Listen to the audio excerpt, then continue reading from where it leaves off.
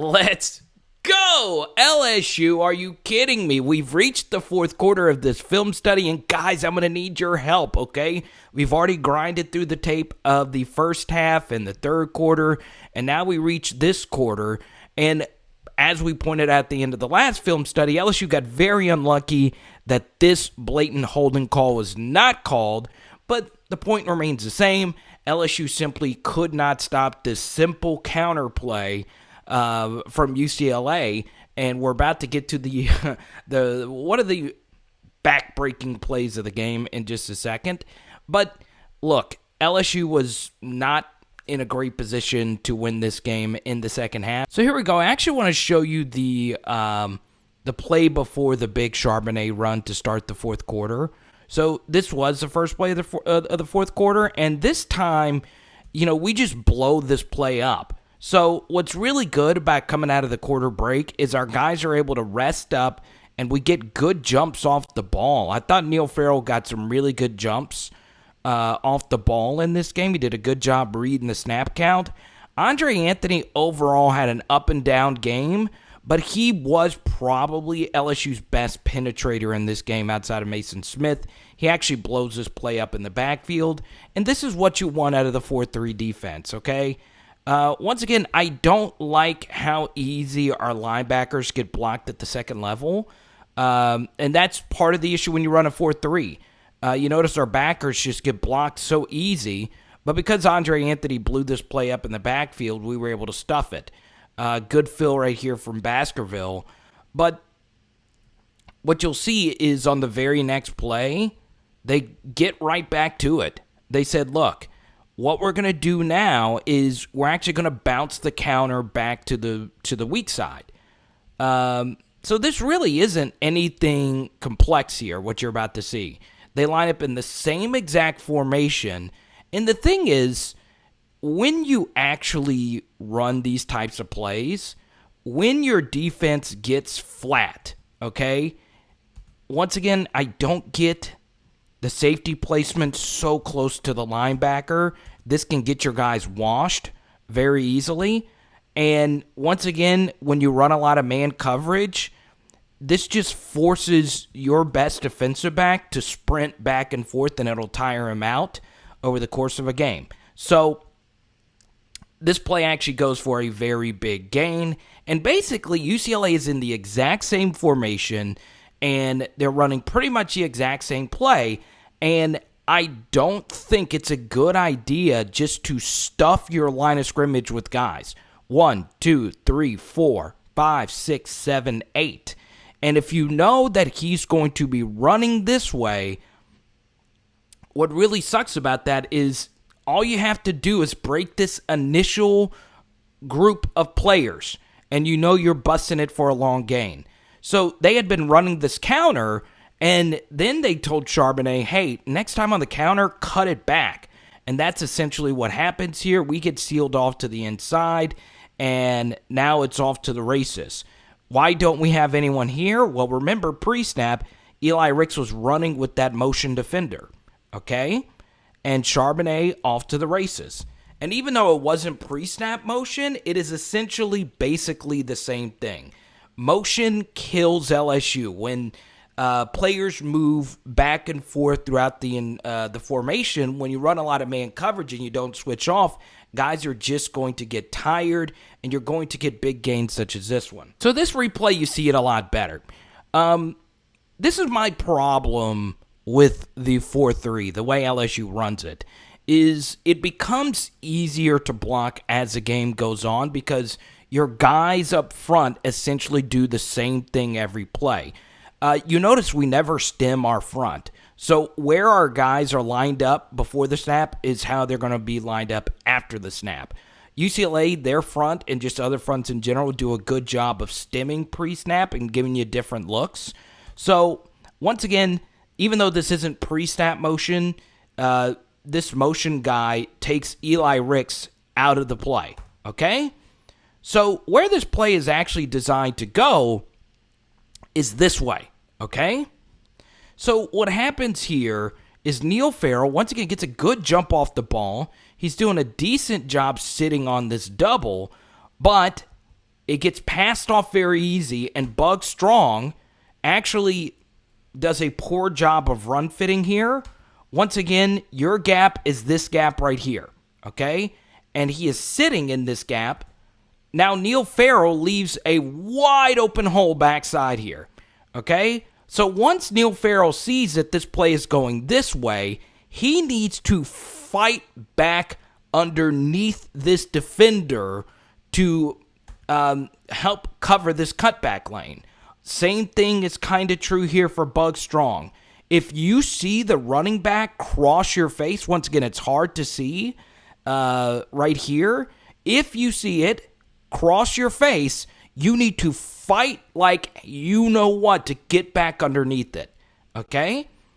Once again, Neil Farrell doesn't. He allows himself to just get blocked. And yes, you're getting penetration, but you're essentially getting washed out of the play. Same thing is true for Bug Strong. Now, it is a little bit of a bear hug. Once again, another hold that UCLA is getting away with. But still, it's not good run technique. And like we showed you pre-snap, it's not good to have all your guys stacked up at the line of scrimmage, because all you have to do is break this initial lane right here, okay? And notice it. I mean, this is bad. This is what we warned you about before the season with the Missouri holes, and I thought UCLA would run the football very similarly, I can't even say that word, very similar to what Missouri did, being very manipulative with their guards, back cut lanes, backside B gaps, and that's essentially what happened here. Just bad run fitting, bad technique, and LSU is just way too predictable. Alrighty, so the good thing is our defense said, look, we made a stop. We gave up the big gainer, but now we're in a favorable 3rd and 14. All right, so what are we going to do here? So Durante Jones says, look, we're going to give them a different look. We're going to bring a linebacker up to the line of scrimmage. And we're getting a little more exotic. This was one of the few times LSU just didn't line up with a traditional 4-man front. The front is a little interesting. You know, you have Andre Anthony, your race car package. Mason Smith's in there as well. I like the personnel. The alignment is a little strange, though, because if you line up that tight, you are giving away that you're going to be doing some type of twist. And do you see how easy it was to read this twist? Okay, so what you're trying to do with this game up the middle is, we'll show you another angle, but this game is supposed to get somebody free. And you notice how easy they pass this off, okay? Nobody gets close to getting home with this twist. Okay, so that's the first thing here. I like getting exotic, bringing a blitz. One thing I would have done differently, though, is not have my linebacker this close. Okay? Have a layered blitz. Have this guy actually twist from right here, because now DTR could just see that this is coming. This offensive line is able to make this call. I would have just disguised it a little bit better.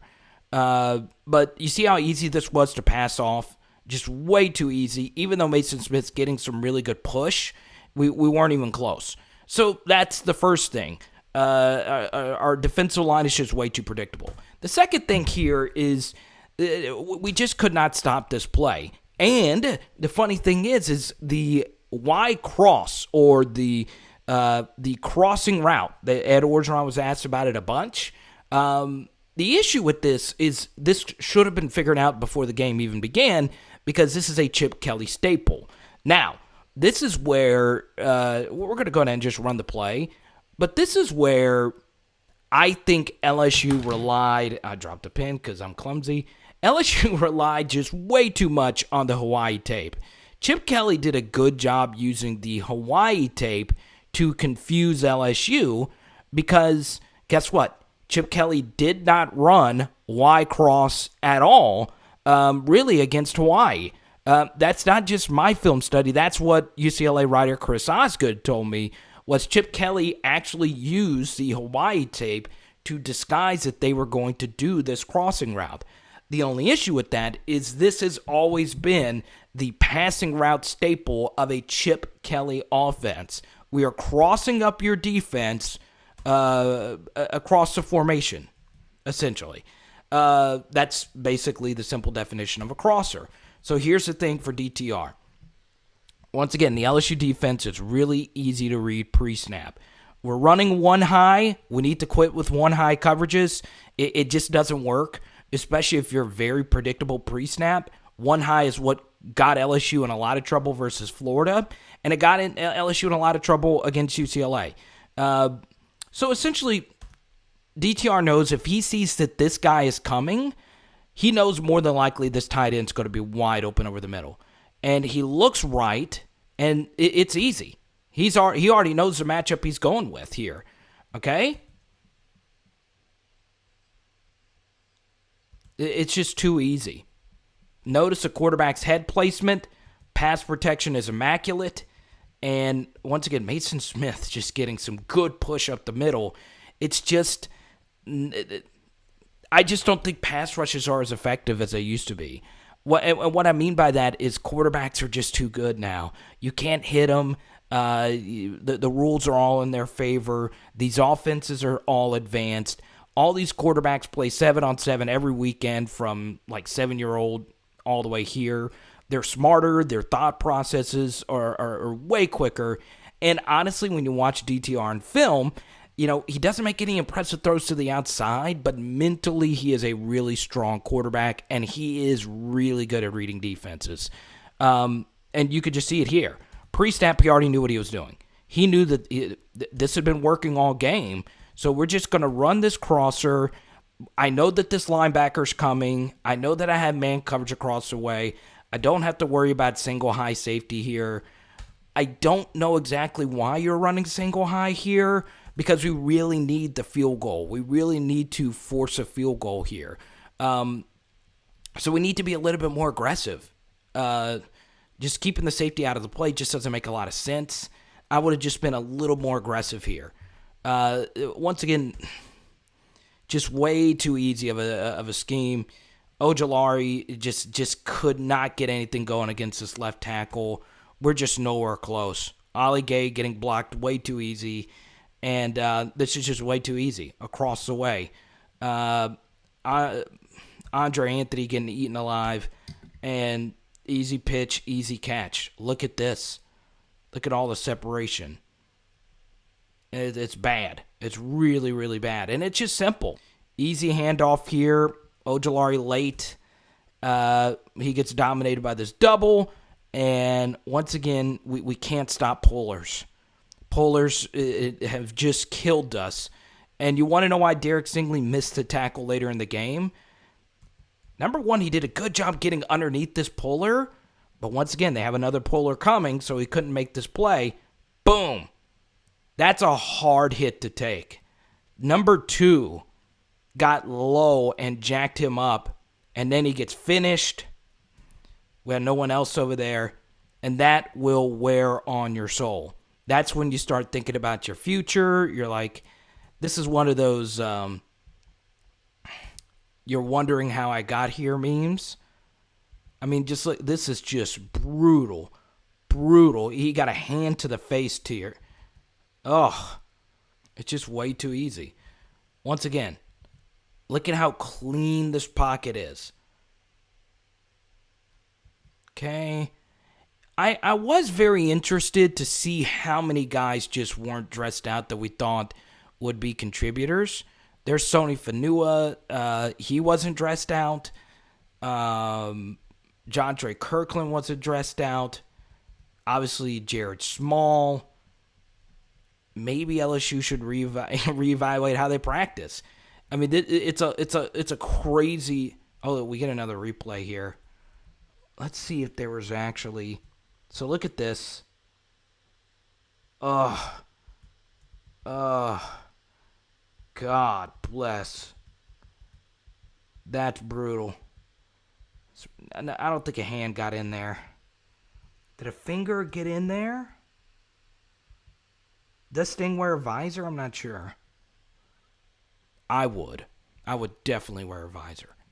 So 3rd and 5, we're down by 11. Okay. once again, this has been a theme in our entire film studies. Where's the pressure coming from? Okay? Something else is when you line up in bunch. I got a lot of questions about this. 2019, they were really good at a bunch, but when you run bunch, it does open yourself up for blitzes. That's why you bring a personal protector right here. Thought Josh Williams' pass protection was okay for the most part. And here, Max actually makes a good read. If the blitzes are coming, this route's going to be open. Makes a smart read. On 3rd and 5, it is 2 down territory here. And he throws a good ball, and it's just dropped. I don't know if a defender got a hand in there or not. But still, you got to make this catch. Especially if you're going to be the underneath slot receiver. Koy will tell you he's got to make this catch. Him and Max have worked out a bunch with each other. I hate that Koy made this drop. He puts in a lot of work into his craft, but we have to make this play right there. Good play by UCLA, though. Give him credit. Got a hand in there. And then we get to this. All right? This is an awful decision to punt. I don't understand how we dedicate multi-millions of dollars into coaching decisions such as this one. We are down by 11. Our defense can't stop a soul. We're all out of sorts. You have to go for it there. You have to go for it. Now, I understand this was a different game, but Notre Dame did play Florida State, and guess what? Florida State was losing 31-20, this exact score. They went for it in a very similar spot in the game, just slightly earlier, and guess what? They didn't get it. Notre Dame went on to score a touchdown. And the score is 38-20, and guess what? Guess what happened? Florida State was still able to come back and tie the game. Now, why were they able to do that? Well, because Notre Dame got the football in scoring position, they were able to go down and score quickly, which then gave Florida State more time to come back. And because of that, Florida State was able to force that game into overtime. And guess what happened? They almost won the game. They really did. Now, there's no guarantee if you go for it or you don't go for it, you're going to come back into this game. But understand what needs to go into your decision. And a fourth down bot I like a lot actually agrees with me. LSU should have gone for it there. You have to factor in that if you don't get a 3 and out, especially later in the game, guess what? More time is going to run off the clock, thus taking away your opportunities of you getting the football back. Let's just say you do get a 3 and out and you don't get it. Guess what? They're kicking a field goal and you're still down by 2 possessions, or in essence, 2 touchdowns, which is what you're basically down here anyway. Because even if you get a field goal, you still need to get a touchdown and a 2-point conversion. The thought process behind this is laughably bad. This is an easy decision to go for it, and Ed Orgeron is stuck in the past as far as this is concerned. Now, ironically, this was not his most nefarious fourth down punting decision. This is something that has happened a lot. And number one, we shouldn't be losing by 11 to UCLA anyway. But number two is you are killing your team's opportunities to win. And the other thing is that 4th down and 5 should have been completed. Koy Moore should have caught it. So what does that tell you? Well, we called the right play. Let's just go for it and try another play. Outside of the really dumb Cole Taylor screen call, Jake Peetz actually called a really good second half. Let him decide the game for you instead of defensive coordinator who is struggling right now. It's really bad coaching. And I just think maybe there's too many yes men in the building because this has been an issue. Once again, our defense is flat. This just, and what I mean by flat, it's just, once again, the safety and nickel placement doesn't make any sense here. Because it can get you washed when they pull. So once again, 1, 2, 3, 4, 5 guys that are essentially washed out of this play already. And when you pull, look at this. They now have 2 lead blockers coming through this hole. It just makes you too easy to block. You want to make yourself difficult to block with your pre-snap alignment. It just doesn't make any sense. We move along here, 3rd and 1. So this is part of the reason why the 4th down decision was bad. Because guess what? They're about to go for it and get it. They have 2 downs here to get this 1 yard. And essentially, you're in the same exact spot of the field where you would have gone for it. It's really, really, really bad coaching. So Neil Farrell goes down. I hate it for him. It's been through a lot over the last couple of years. So now we have 5 guys at the line of scrimmage. We have Ojulari line up on a guard to see if that works. A little face mask right there. Same thing, though.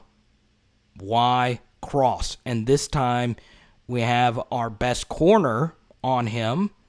Jordan Tolles gets put on skates here. And now we need our best player to make this play. I think Sting does wear a visor. Still, just stiffed arm out of the way. Now we just need you to grab him, do something, and no. That's a bad miss by Sting, but let's actually go through a few things here. And once again, this to me really doesn't make any sense here either. So going back to the Florida State-Notre Dame game, it would have been better, of course, if UCLA, let's just say when LSU punted, UCLA was not only able to score a touchdown here, they were also able to score a touchdown while also burning some really precious time off the clock. We know what they're going to do. We know that they're going to cross this tight end cross field, and we know they're going to run some form of a mesh, some form of crossers. And what do? We're running man coverage again. Ed Orgeron, you coached the entire Mississippi State game. What? Can't you tell?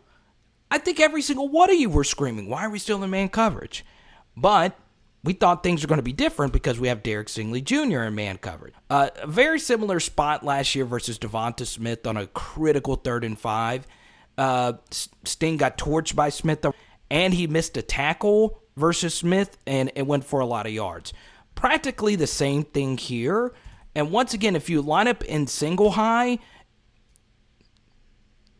DTR knows that with the aid of the umpire, more than likely, this crosser is going to be open, especially if we're crossing this guy cross field. Okay? So safety's basically out of the play, and this is easy. Stick your head this way. Once you see that's not there, go to your second read, which is all this open space. Pocket clean as a whistle. Okay? We're just getting dominated across the way. And you see how easy of a throw that is? DTR knows that all I have to do is throw this ball right here. And here's the scary thing. It was not a perfect throw.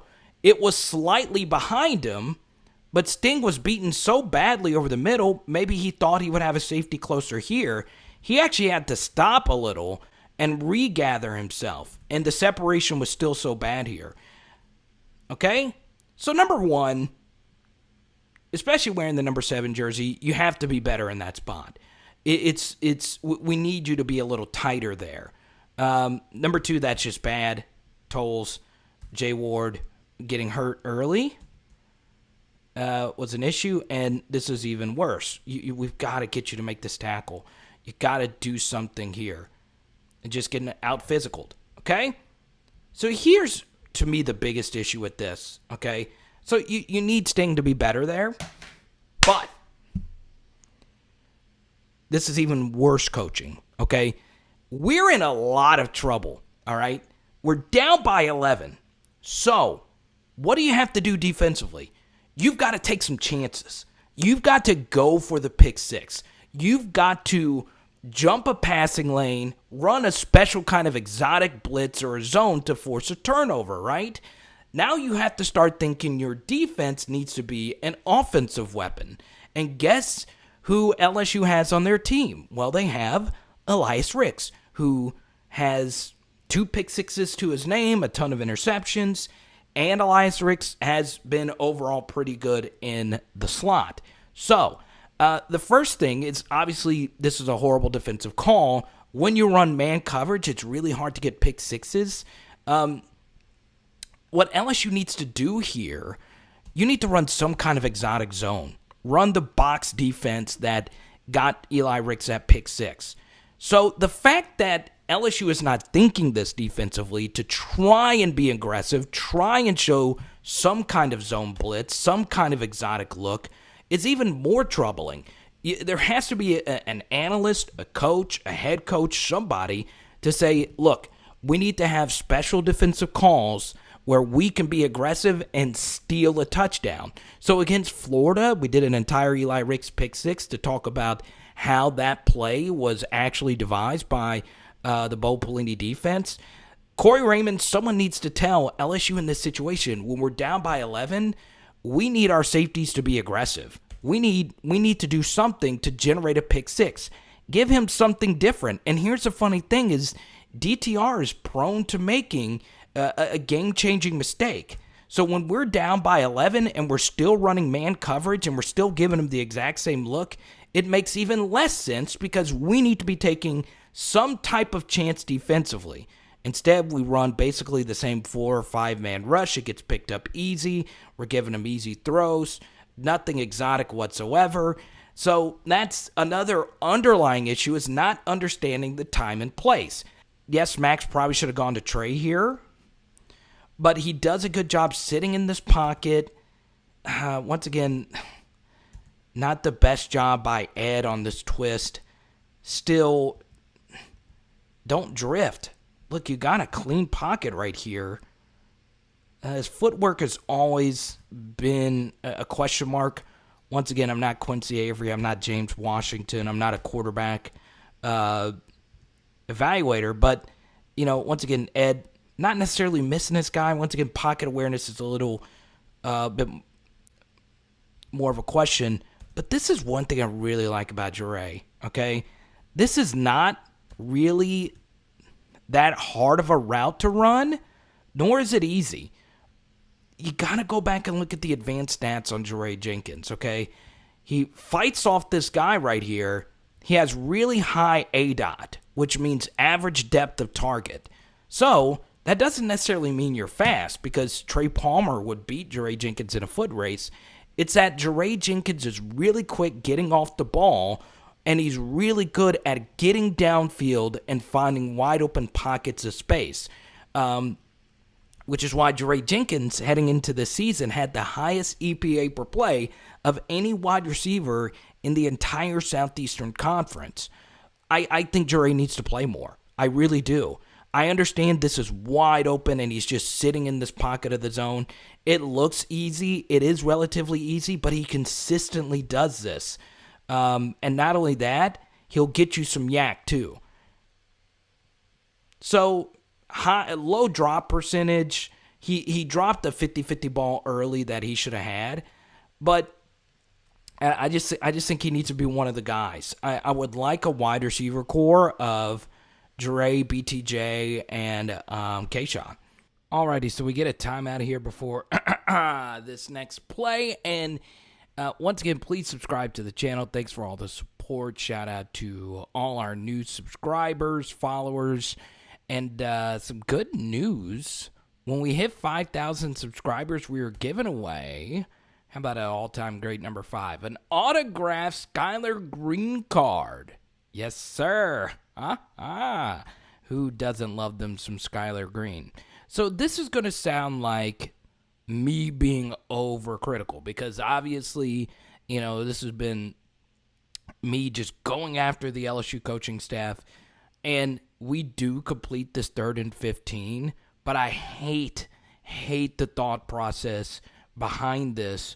When you're down by 18 and it's 2 down territory, once again, this is not good 4th down awareness. So what happens here is you cannot come out of this timeout thinking that UCLA is not going to bring a blitz. Okay, they have been blitzing all night. But what does LSU do? We actually get very lucky that they don't blitz, and we run all verts. all verticals in 2-down territory while they are sitting back into coverage. Now, we get a little lucky that they only brought 3, but if they would have brought the house, or at least an extra person to make this sack, because Deculus actually does end up getting beat to the inside, even though he had a very favorable start. This guy tries to do the fake DeMarcus Ware spin move, and even though Deculus didn't get faked out by it, he's still getting blown back into this. But you notice we ran no deep routes. Once again, I don't have the all 22 here, but it looks like Kayshon gets smothered by this jam. Good jam by this corner. Look at this. We ran all goes. It doesn't make any sense on 3rd and 15. When you know they're going to sink back into coverage, you have to make this a manageable 4th down, because the likelihood that you're going to get all 15 yards on this 3rd and 15 is still very low. Now, lucky enough, Max was able to improvise and make a really impressive throw here, but this was the closest receiver. We ran all goes. Probably not that wise. Once again, part of that is that Orgeron, part of that is the play calling. I thought Jake overall, once again, called a good second half. But still, you have to start thinking that way, right?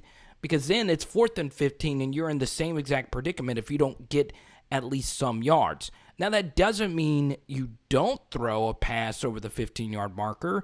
Throw it if it's there, but initially it wasn't. And because they only brought 3, that was the only reason why we were able to complete that. And I believe this is the touchdown right here. They had too many men on the field. Good job getting play off really quickly. Once again, outside of the Cole Taylor screen, Jake had a good second half. Good throw here. When you see the end zone camera, look who was able to help create separation. BTJ will open some things up for Kayshon and vice versa.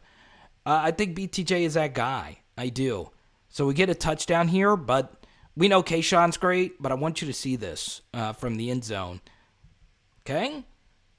Once again, Jake had a good second half. It's a little bit easier, of course, when you're getting your butts kicked to pad your stats. It's again just too many men on the field. So we get the snap off here. Let's bring it back. My bad on that. Okay. I want you to see this route right here. Okay. So obviously he's looking left and he's looking at Kayshon all the way. But let's just focus on BTJ. All right. Watch this. Plant, swim underneath. Look at that. And then to get his right arm, it's hard to see it from here, to generate this separation, plant, and look at that. So even if this wasn't there, this would have been big time. Okay? I don't know if 7 is a backer or a safety. Middle of the field would have been wide open. But still, that's always the best option, getting it to 1. But that's a really filthy route. And then obviously Kayshon. Look at this run after the catch. Not 1, but 2 stiff arms. I shared this before the season. I didn't get why Max Johnson and Derek Stingley had higher Heisman odds than Kayshon, who once again had a ridiculous game, but he obviously won't win the Heisman on a team like this. Once again, it's just the same thing. We're just running into blocks, okay? We're allowing ourselves to get blocked. I don't want that. We don't want to just run in. We want to scrape. We want to attack at the same time. Get away with the hold here. Yeah, once again, UCLA, let's be fair, they did get some favorable holding decisions in this game. Now, LSU would have lost the game regardless because of the incompetent coaching, but still, just some really questionable holding misses. So now 3rd and 3. This is the final play of the game. Once again, they're tight. They're bringing pullers. And Chip Kelly made a really good decision in this game. Once again, not showing Y cross a whole lot in the Hawaii tape. It really was a vanilla play call. But LSU kept falling for this trap, okay? Trap literally and figuratively, because obviously this is a trap kind of play. It was a bad dad joke pun. But essentially, these pullers are more effective when you have more guys to the line of scrimmage. It doesn't seem like it because obviously, you would think if you have more guys to the line of scrimmage, it would create more traffic for the pullers. But that's not necessarily the case. And when you have all these pullers, all the offensive lineman needs to do is turn you inside. Notice there's not really a whole lot of push on this play, but their offensive line knows turn the guys that are at the line of scrimmage inside, and then the pullers will clean up whoever is scraping up over the top. And that's essentially what the game plan was for UCLA's running game, and it's got to get fixed. And that'll do it. So, yeah, this was not a well-coached fourth quarter. And LSU was able to get away with it some last year. So let's take the Ole Miss game last year. LSU got a little fortunate that Chip Kelly on their final drive before the Kayshon TD decided to go run, pass. And the Florida game, of course, we got very fortunate that a player decided to chunk a shoe 30 yards down the field. So, you have to factor those things in. Once again, close games are close games. There's weird things that happen that play a huge role into whether or not you're going to win the game. But you have to optimize your opportunities to win close games. And this is why, on so many different live streams, I asked you the question, okay? The SEC went through a really drastic change last year, where the bottom half of the SEC got way stronger. So LSU is going to be in more 50-50 ball games than they were in the past. Les Miles and early years Orgeron, they were bonused with the fact that a lot of these SEC teams, like Arkansas, went through a really rough period. Mississippi State had a few Dak years, but then they got bad again really quickly. Ole Miss had the Matt Luke years. The East was bad. It was the early stages. Kentucky. But all those teams are now better. The bottom half of the SEC is way better. Texas A&M is way better than what they were. So when you look at the rest of the schedule for LSU, you have more of these 50-50 games where you need your coach to be really good in game.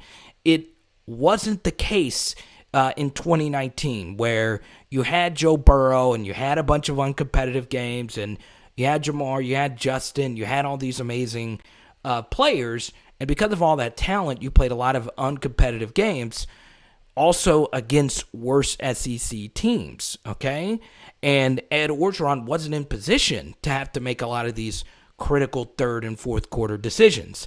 But even that season, obviously I go back to it a lot, the 2019 game against Alabama, Ed Orgeron made some god-awful decisions in the third quarter of that Alabama game, and it almost cost LSU the championship. So, you have to factor all those things in. Now, I'll say this because I said it a few weeks ago, a month ago, when people started labeling me an Ed Orgeron hater, when a lot of my videos started becoming not necessarily critical, but questionable about some of his coaching.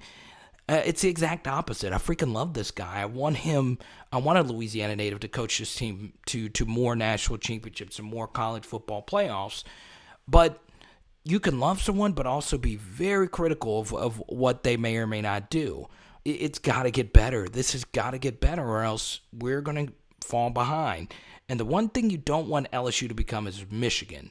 And we're well on that track right now, unless some things really begin to change. Hope you enjoyed this video today. This would be the question I would ask Ed Orgeron right now. He may be watching this. I don't know. This is the most important question, not the 15 questions asked about playing your son this Saturday.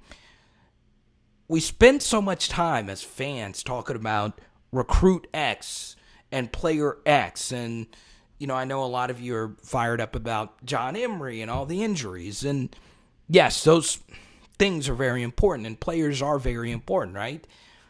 But we really need to answer this question. This is the most important question.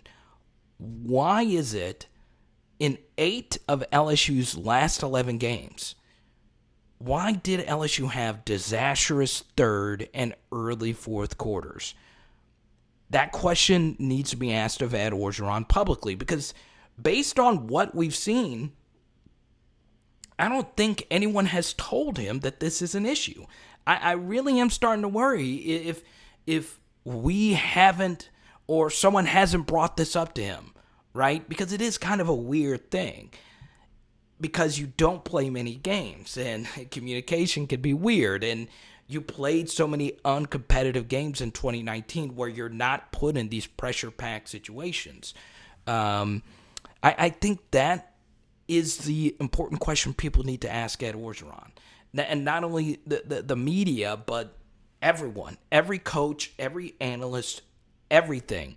Once again, I go back to the 30-plus minute video I did on the subject, and it was one of my least watched videos ever, but I truly do believe it's the most important video I've done, and the reason why. This is the most important reason why.